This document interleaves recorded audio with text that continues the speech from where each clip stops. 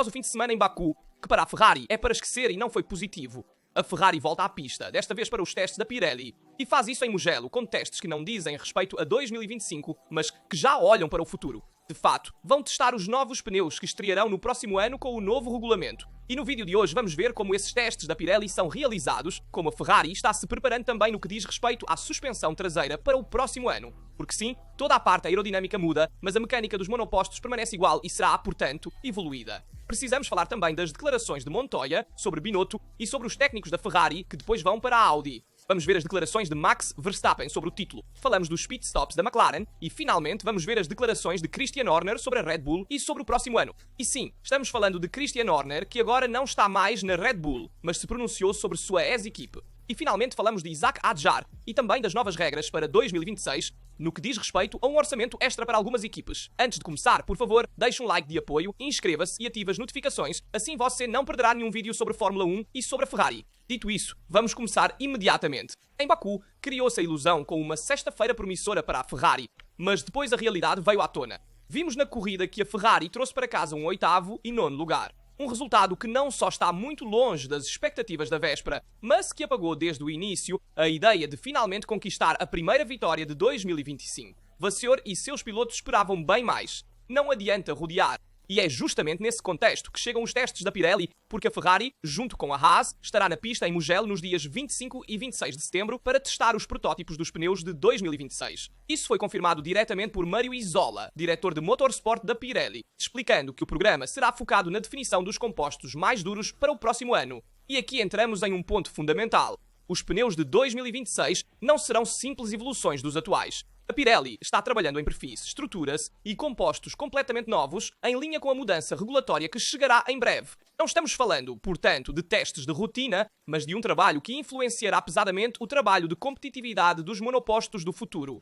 No momento, não foi anunciado quem estará ao volante da Ferrari durante esses dias de teste. Dependerá dos compromissos na fábrica de Leclerc e Hamilton e não está descartado que a equipe possa recorrer a um piloto de testes. Mas o ponto verdadeiro é que a Ferrari não pode se dar ao luxo de subestimar esses dias, porque a Pirelli, neste momento, está literalmente escrevendo o roteiro com o qual todas as equipes terão que conviver a partir de 2026. E eu digo a minha. Esses testes, que talvez para o grande público pareçam marginais, são na verdade decisivos, porque se há um departamento em que a Ferrari nos últimos anos pagou caro, é justamente o da gestão dos pneus. Vemos isso continuamente. Stints muito curtos, desgaste excessivo e uma dificuldade em trazer os compostos para a janela certa de temperatura. E se você quer lutar pelo título, não pode se dar ao luxo de ficar para trás nesse aspecto. Portanto, paradoxalmente, Mugello se torna um ponto de cruzamento mais importante do que o resultado de Baku, porque lá não se joga 2025, que já está marcado, mas se prepara o terreno para 2026. E a Ferrari, se realmente quer voltar a vencer o Mundial, deve começar daqui.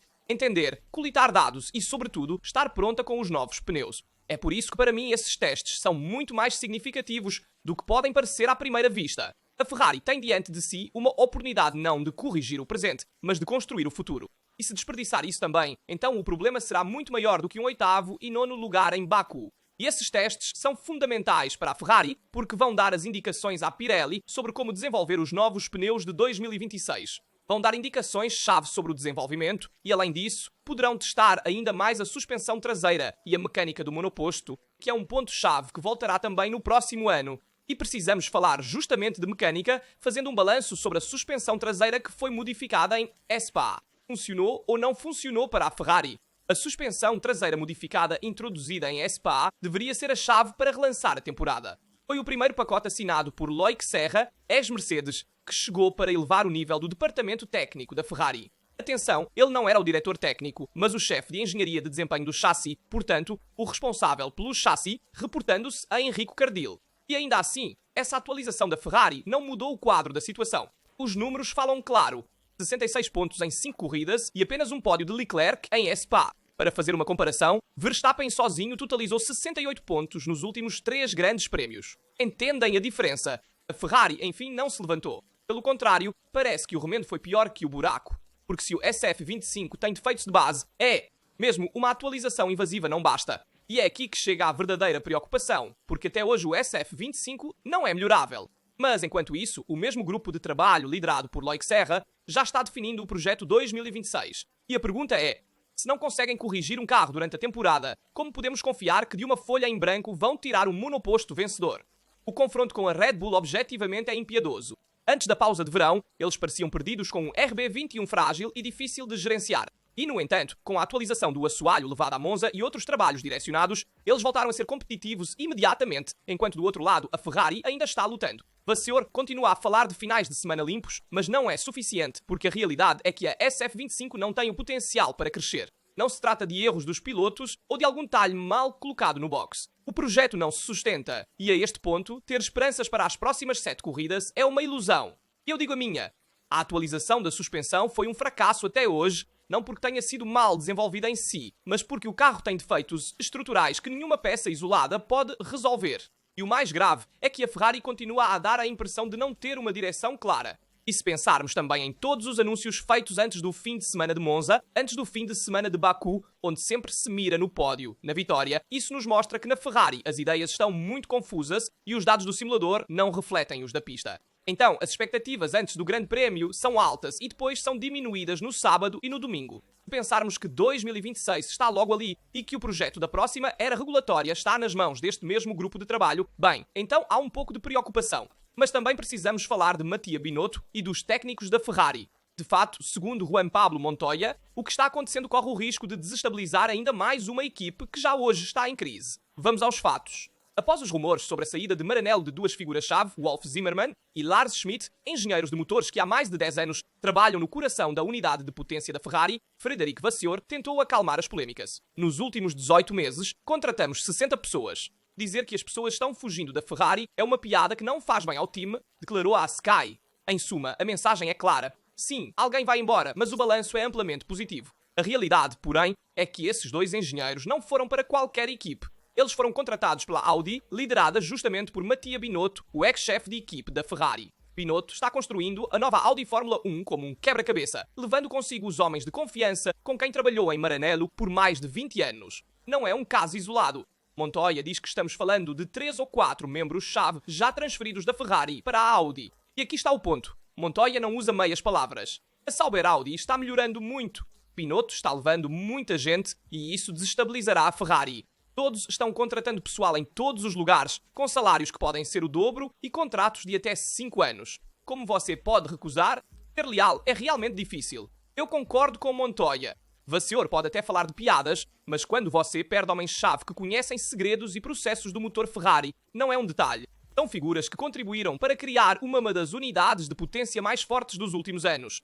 E se hoje eles vão para a Audi, significa que em Maranello não houve o suficiente para retê-los. A verdade é que Binotto, por mais contestado que tenha sido quando estava no comando da Ferrari, hoje está fazendo um trabalho estratégico. Está construindo uma equipe do zero com capitais fortíssimos por trás, e com a possibilidade de oferecer salários e estabilidade contratual que a Ferrari não pode ou não quer garantir. Isso não é um risco hipotético, é um problema real. E na minha opinião, a Ferrari não pode se dar ao luxo de subestimar essa hemorragia de talentos, porque não se trata apenas de substituir 2 engenheiros por outros 2. Aqui falamos de know-how, de experiência, de pessoas que conhecem os detalhes, como funciona o carro e, sobretudo, como funciona a máquina organizacional de Maranello. E a Audi, em 2026, quer ser competitiva desde o início. Esses são os elementos fundamentais. E se a Ferrari continuar a perder peças, o risco é que não vencerá no curto prazo. E então a pergunta é clara. A Ferrari pode-se dar ao luxo de liderar tudo isso apenas com é uma piada? Eu acho que não. Então, não se trata de fofocas de mercado, mas do futuro da equipe. E se não houver um plano sério para reter os melhores engenheiros? Então, a verdadeira desestabilização já começou e estamos todos um pouco preocupados com a situação da Ferrari também a longo prazo. Então veremos como isso evoluirá e veremos se haverá novas contratações que possam tranquilizar o futuro da equipe de Maranello. Dito isso, falemos também da situação de Max Verstappen, que se pronunciou sobre o possível título mundial. A distância do líder Oscar Piastri continua enorme, 69 pontos a 7 corridas do fim. Mas atenção, porque 2 sucessos seguidos nunca são casuais. Em Monza, Verstappen dominou. Em Baku, ele geriu com frieza uma corrida complicada e Max explicou claramente. O segredo foi entender mais sobre o RB21 nas últimas semanas. A Red Bull trabalhou no ajuste, introduziu atualizações e hoje o monoposto voa nas pistas de baixo a rasto aerodinâmico. Em Baku, a diferença final foi de 14 segundos. Não um abismo, mas o suficiente para mostrar que Verstappen e Red Bull recuperaram a solidez. Mas agora vem o verdadeiro teste. Singapura, uma pista diametralmente oposta que requer altíssimo downforce e um carro extremamente equilibrado. E aqui vamos entender se a Red Bull realmente deu a volta por cima ou se os sucessos em Monza e Baku serão a mesma coisa. São fruto das características dos circuitos. Max continua realista. Para vencer o título, tudo tem que dar certo para mim. Não basta eu dar o meu máximo, é preciso também um pouco de sorte. É preciso que as McLaren tenham problemas. Enfim, ele está ciente de que a perseguição é complicada. E eu digo a minha opinião, na minha visão, Verstappen não tem muitas chances de vencer este Mundial. A diferença é muito grande, mas o fato de que a Red Bull está voltando a ser competitiva, enquanto a McLaren mostrou fraquezas em Baku, muda o cenário. Piastri continua sendo o favorito, mas agora sabe que não pode se dar ao luxo de cometer erros. E se Max continuar vencendo, a pressão se tornará enorme. A verdade é que com Verstappen em forma e uma Red Bull que está despertando, ninguém pode se sentir seguro. Singapura nos dirá a verdade. Se Max for competitivo lá também, então o Mundial não está acabado. E atenção também à situação dos pitstops na McLaren, porque a McLaren já errou 2 pitstops com Norris, um em Monza e outro em Baku. Vamos ver juntos como André Stella se posicionou. Comecemos pelos fatos. Lando Norris sofreu 2 erros consecutivos nos boxes, um em Monza e outro em Baku. Em Monza, a posição foi devolvida por Piastri, situação que gerou uma polêmica após a corrida, enquanto o pit stop lento em Baku de Lando Norris não permitiu que o piloto inglês recuperasse o suficiente. É verdade, o MCL39 ainda teve ritmo para superar as Ferrari e limitar os danos. Mas a questão permanece, porque 2 problemas em 2 finais de semana consecutivos não são casuais. André Stella admitiu isso claramente. Os pitstops são uma área em que devemos concentrar nossos esforços. Precisamos trabalhar na execução, mas também no hardware, ou seja, nos próprios equipamentos. E aqui está o ponto crucial. Stella não fala apenas de erros humanos, mas de limitações técnicas. As pistolas de parafusamento não foram otimizadas e houve também uma interação complicada entre mecânicos e equipamento. Na prática, a McLaren sabe que para se manter no topo precisa atualizar também os detalhes invisíveis ao grande público, porque os pitstops hoje em dia são cada vez mais decisivos. Este é o clássico calcanhar de Aquiles que, se não for resolvido imediatamente, pode custar caro. A McLaren tem sido quase perfeita até agora, mas o Mundial de Pilotos é uma guerra de nervos e detalhes. Se Piastri e Norris têm que lutar com Verstappen, você não pode se dar ao luxo de perder posições de graça nos boxes. A Red Bull demonstrou isso ao longo dos anos, com pitstops abaixo de 2 segundos, onde você pode transformar corridas complicadas em vitórias. A McLaren, por outro lado, está arriscando dar de presente segundos, posições e pontos. Em um campeonato tão acirrado, é a última coisa que você pode conceder. A mensagem de André Stella é clara. É necessária uma evolução do equipamento, não apenas uma correção momentânea, porque o risco é que os problemas nos pitstops se tornem o calcanhar de Aquiles de uma equipe que, de outra forma, construiu uma temporada quase perfeita. Devemos comentar também as palavras de Christian Horner sobre esta Red Bull, que após sua saída está melhorando significativamente e sob a direção de Laurent Mackey está obtendo vários sucessos. Vamos ver como o ex-chefe de equipe da Red Bull se posicionou. O gerente britânico que assumiu a equipa em 2005, com apenas 31 anos, obteve uma saída espetacular de 52 milhões libras esterlinas, que são cerca de 60 milhões euros. Antes de poder se acertar com outra equipe para retornar à Fórmula 1, ele terá que respeitar os 9 meses de gardening leave, então realisticamente o veremos no mercado no próximo verão. Em seu comunicado, Horner lembrou um percurso incrível, desde os primeiros dias em que a Red Bull era apenas uma filial de uma empresa de bebidas até se tornar uma equipe capaz de ver marcas históricas e colecionar títulos e recordes. Ele agradeceu aos pilotos, à equipe, aos patrocinadores, aos fãs e, sobretudo, a Dietrich Mateschitz, o homem que lhe deu a oportunidade de estrear na Red Bull. E também olhou para o futuro, desejando a Mackey, Verstappen, Tsunoda e ao Red Bull Technology Group o melhor para o futuro, com um olho na Red Bull RB22, que no próximo ano estreará com o primeiro motor Red Bull Ford, e deu uma olhada também no projeto Hypercar RB17. Mas na longa lista de agradecimentos há uma ausência muito significativa, que é de Helmut Marko. E aqui há uma leitura política, que é inevitável. A luta pelo poder na Red Bull começou meses atrás e terminou com Helmut Marko, que evidentemente levou a melhor. Ele continuou a influenciar as escolhas estratégicas do grupo, enquanto Christian Horner teve que se afastar. E na minha opinião, isso não é apenas o fim de um ciclo, é um terremoto que muda os equilíbrios da Fórmula 1, porque Horner não foi apenas um simples chefe de equipe, mas o arquiteto de uma Red Bull vencedora, capaz de se reinventar várias vezes. E sem ele, até agora, a equipe está demonstrando saber gerir seu futuro. Mas é preciso ver como se comportará no próximo ano, quando começar a era Red Bull Ford com um motor totalmente novo.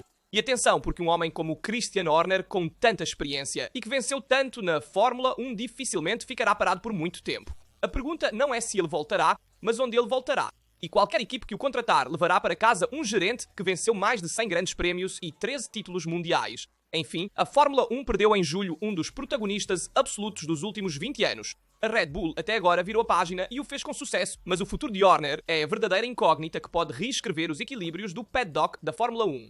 Última coisa, precisamos falar sobre os bônus para os motoristas em 2026. E sobre este ponto, Nicolas Tombazis, responsável técnico da FIA para o novo regulamento de 2026, se pronunciou. Atenção ao sistema ADU, Additional Development and Upgrade Opportunities, que é uma espécie de balance of performance já presente no WESI e no GT. Na prática, se um motorista tiver pelo menos 3% a menos de potência em relação ao melhor, concessões serão ativadas. E aqui está o ponto. Não só mais horas no banco de testes, até 30% a mais, e a possibilidade de atualizar antes o motor homologado, mas também há um aumento no teto de gastos dedicado aos motoristas. Nicolas Tombazis deixou claro que um fabricante quebra muitos motores corre o risco de gastar milhões apenas para substituí-los, sem margem para desenvolvimento. Assim, a FIA oferece uma solução. Mais orçamento para quem está em dificuldade. Caso contrário, o risco é que alguém abandone a Fórmula 1. E é uma mudança enorme em relação a 2014, quando a Mercedes destruiu a concorrência e a Honda, que chegou atrasada, teve que gastar cifras exorbitantes para recuperar. Hoje, com o teto de gastos, isso seria impossível. A Honda nunca teria vencido os títulos que venceu depois com a Red Bull. É por isso que nasce este sistema, que permite uma recuperação natural sem distorcer a competição. Atenção, porém, a potência não será tudo. Um turbo maior ou radiadores maiores te dão cavalos, mas te penalizam em aerodinâmica e recuperação. Então, ter mais potência não significa automaticamente ser mais rápido na volta. A FIA escolheu olhar apenas para o lado mais simples, o dos cavalos, deixando de fora outros parâmetros que complicariam demais o sistema. E minha opinião é clara. Este regulamento é uma bomba relógio. Por um lado, evita o risco de alguém dominar por anos como fez a Mercedes. Por outro, abre a porta para situações estranhas. Quem começa atrás terá vantagens, quem começa à frente terá que se defender com recursos limitados. O risco é que a política pese mais do que a pista, com motoristas prontos para pressionar sobre o tema das concessões para conseguir orçamento extra. Então, atenção a um detalhe. Quem começa mais à frente em 2026 não é garantido que vá dominar durante a temporada, porque talvez quem se encontra um pouco mais atrás, penso por exemplo na Red Bull Ford, possa ter concessões e um auxílio tão grande que se alinhe aos outros motoristas. Isso serve para tornar a Fórmula 1 ainda mais justa, ajudando os novos motoristas que entram na Fórmula 1 para que não abandonem no ano seguinte. Digam-me sua opinião nos comentários sobre todos os assuntos que tratamos no vídeo. Como sempre, lembro vocês de deixar um like, se inscrever, ativar as notificações para não perder nenhum vídeo sobre Fórmula 1 e sobre Ferrari. Aqui da Rasta é tudo. Nos vemos no próximo vídeo.